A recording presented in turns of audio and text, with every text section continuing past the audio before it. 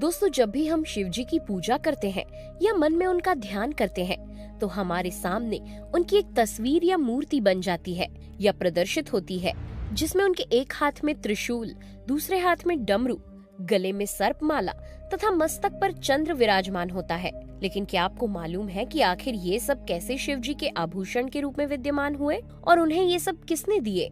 अगर नहीं तो बने रहिए हमारे साथ वीडियो के एंड तक, क्योंकि इसमें हम आपको यही बताने वाले हैं। दोस्तों, शिव जी को आप जितना समझते जाएंगे उनके बारे में उतने ही रहस्य उजागर होते जाएंगे। वैसे तो भगवान शिव सर्वश्रेष्ठ और सभी प्रकार के अस्त्र शस्त्र के ज्ञाता हैं, लेकिन प्राचीन काल में मुख्य रूप से उनके दो अस्त्रों का उल्लेख मिलता है, जिनमें पहला है धनुष और दूसरा है त्रिशूल, जिसमें त्रिशूल को संस्कृत भाषा में भाला भी कहते हैं।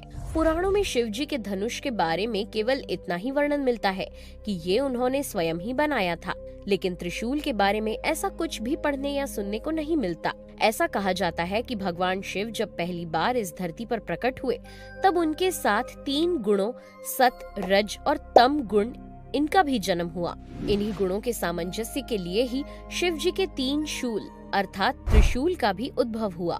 ये त्रिशूल प्रकृति के 3 प्रारूप आविष्कार, रख रखाव और तबाही को दर्शाता है। साथ ही तीनों काल, भूत, भविष्य, वर्तमान भी इसी त्रिशूल के अंदर समाते हैं। अब तो आप समझ ही गए होंगे कि तीनों काल अर्थात प्रकृति में संतुलन के लिए ही शिव जी इस त्रिशूल को हमेशा अपने हाथ में धारण किए रहते हैं।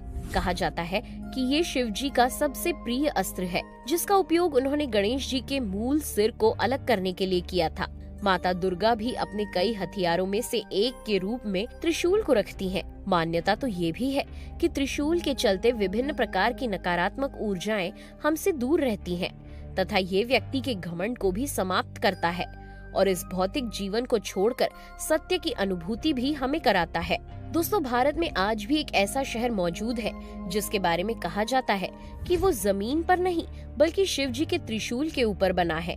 क्या आप उस शहर का नाम जानते हैं? कमेंट करके जरूर बताइए। दोस्तों, आपने त्रिशूल के साथ ही भगवान शिव के हाथ में एक छोटे से आकार का डमरू भी देखा होगा। भगवान शिव के डमरू हाथ में लिए रहने के कारण ही उन्हें डमरू हस्त भी कहते हैं। जिस प्रकार सभी हिंदू देवी देवताओं के पास एक न एक वाद्य यंत्र रहता है, उसी प्रकार शिव जी के पास डमरू है, जो कि नाद अर्थात संगीत का प्रतीक माना जाता है। डमरू के 2 अलग अलग भाग एक पतले गले जैसी संरचना से जुड़े होते हैं तथा ये दोनों अलग अलग भाग अस्तित्व की 2 विभिन्न परिस्थितियां व्यक्त तथा अव्यक्त को दर्शाते हैं। वर्णन मिलता है कि शिव जी के पहले कोई भी नाचना, गाना और बजाना नहीं जानता था। शिव जी के डमरू के नाद से ही संगीत के स्वरों की उत्पत्ति हुई। नाद तो आप जानते ही होंगे, ये एक ऐसी ध्वनि है जो कि ब्रह्मांड में निरंतर जारी है, जिसे ओम कहा जाता है। आपको बता दें कि शिव जी के डमरू से 14 तरह की आवाजें निकलती हैं, जिन्हें पुराणों में मंत्र भी माना गया है। हालांकि इन आवाजों में सृजन और विध्वंस दोनों के स्वर छिपे हुए हैं। आपको जानकर आश्चर्य होगा कि डमरू की ध्वनि जैसी ही आवाज हमारे भीतर भी बजती रहती है। हृदय की धड़कन और ब्रह्मांड की आवाज में भी डमरू के स्वर मिले हुए हैं। शिव जी के इस डमरू में इतनी ताकत होती है कि वो व्यक्ति की बड़ी से बड़ी बाधा को दूर कर सकता है। इसलिए आपने देखा भी होगा कि जब शिव जी अत्यधिक क्रोध में होते हैं तो वे तांडव नृत्य करते हैं और उस समय उनके हाथ में डमरू नहीं होता है, तथा जब वो अत्यधिक प्रसन्न होते हैं तो नटराज जैसे हाथ में डमरू लेकर नृत्य करते हैं, जिससे संपूर्ण संसार को आनंद की अनुभूति होती है। दोस्तों, शिव जी के हाथ में त्रिशूल और डमरू होने के साथ ही उनके मस्तक पर चंद्रमा भी शोभायमान रहता है। आखिर चंद्रमा को ही शिव जी के सिर पर शोभित होने का अवसर क्यों मिला? इसके बारे में 2 कथाएं प्रचलित हैं। शिव पुराण के अनुसार चंद्रमा का विवाह दक्ष प्रजापति की 27 बेटियों के साथ हुआ था। शायद ही आपको पता हो कि इन्हीं 27 कन्याओं को 27 नक्षत्र भी कहा जाता है। वैसे तो सभी कन्याएं अत्यंत ही सुंदर, रूपवती और गुणवती थीं, परंतु चंद्रमा को उनमें से रोहिणी नाम की कन्या से अत्यंत ही प्रेम व लगाव था, जिस कारण वो अपना अधिकांश समय रोहिणी के साथ ही व्यतीत करते थे।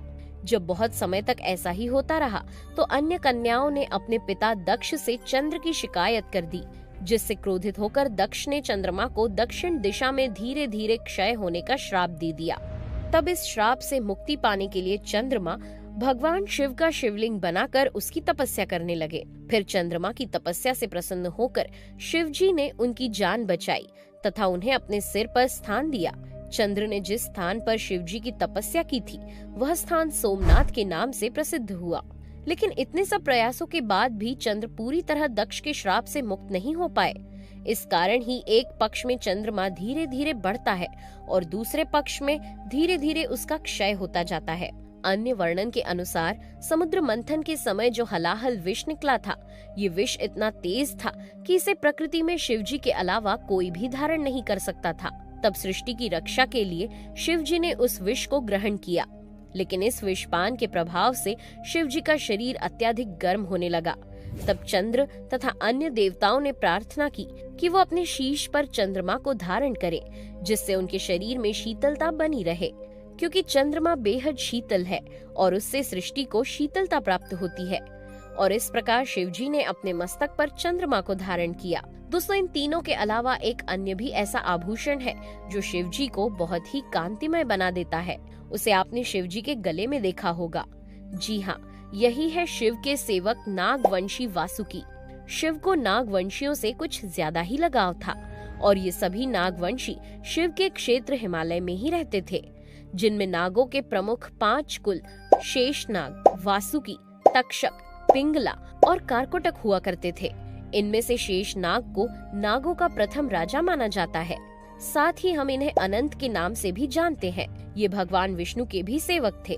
इस तरह आगे चलकर वासुकी शिव जी के सेवक बने, जिनका राज्य कैलाश पर्वत के पास ही था। माना जाता है कि वासुकी की भक्ति से प्रसन्न होकर भगवान शिव ने उनसे वरदान मांगने के लिए कहा। तब नागराज ने उन्हें भी अपने गणों में शामिल करके उनकी सेवा करने का वरदान मांगा, जिसके पश्चात ही शिव जी ने उन्हें अपने गले में धारण कर लिया। वासुकी नाग के बारे में बहुत सी कथाएं प्रचलित हैं।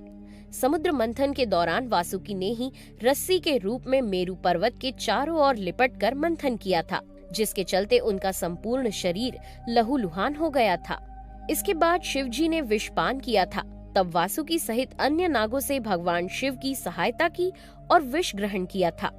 कहा जाता है कि जब वासुदेव कृष्ण को कंस की जेल से बचाकर गोकुल ले जा रहे थे, तब तेज बारिश और यमुना के तूफान से वासुकी नाग ने ही उनकी रक्षा की थी। वासुकी के सिर पर ही नागमणि भी विराजमान है। दोस्तों, अब जब आपको शिव जी के इतने रहस्य बता ही दिए हैं, तो एक रहस्य और बताते हैं कि शिव जी को त्रिनेत्र क्यों कहा जाता है। एक बार जब हिमालय पर भगवान शिव सभा कर रहे थे, जिसमें सभी देवता ऋषि मुनि शामिल थे, तभी सभा में माता पार्वती आईं और उन्होंने सहज ही मनोरंजन के लिए शिव जी की आंखों को हाथों से ढक लिया। जैसे ही माता पार्वती ने शिव जी की आंखों को ढका, तो सारे संसार में अंधेरा छा गया। ऐसा लगने लगा कि जैसे सूर्य देव का कोई अस्तित्व ही नहीं है। संसार के सभी जीव जंतुओं में भी खलबली मच गई।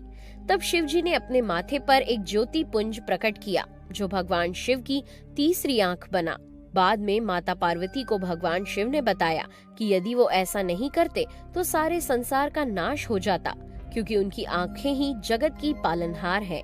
देवों के देव महादेव अपनी तीसरी आंख का प्रयोग साधारण रूप से कभी भी नहीं करते, बल्कि इसका प्रयोग तो वे तब करते हैं जब सृष्टि का विनाश करना हो। दोस्तों, ये थी शिव जी के कुछ रहस्यों की जानकारी। अगर आप भी शिव भक्त हैं, तो कमेंट में हर हर महादेव जरूर लिखिएगा। साथ ही आप शिव जी के बारे में और क्या जानना चाहते हैं, वो भी बताइएगा। Thanks for watching.